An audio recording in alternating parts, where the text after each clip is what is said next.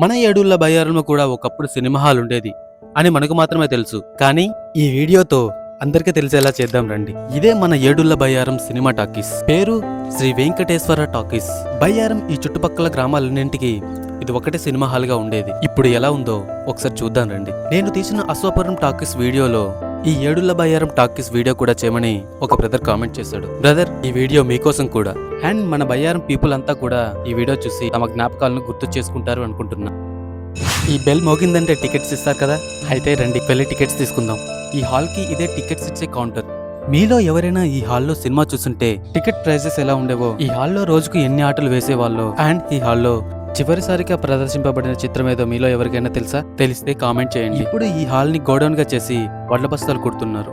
ఈ హాల్ ప్రహరీ గోడలు చూడండి ఇప్పుడు ఎలా ఉన్నాయో. ఇంకా లోపల వెళ్ళి చూద్దాం లోపల ఎలా ఉందో. చూస్తున్నారుగా, వడ్ల బస్తాలు కుడుతున్నారు.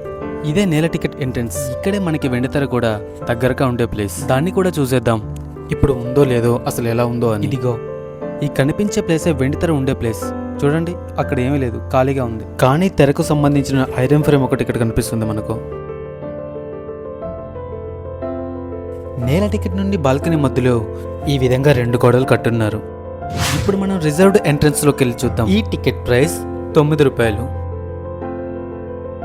ఇది బాల్కనీ ఛాంబర్, మనకి ప్రొజెక్టర్ దగ్గరగా ఉండే ఏరియా. ఈ ప్రొజెక్టర్ ఛాంబర్ ఇప్పుడు ఎలా ఉందో చూద్దాం రండి. ఈ ఛాంబర్ బయట నుంచి లాక్ చేస్తున్నారు, కానీ నేను అక్కడ ఉండే ఒక హోల్లో కెమెరా పెట్టి ఇదంతా మీకు చూపిస్తున్నాను.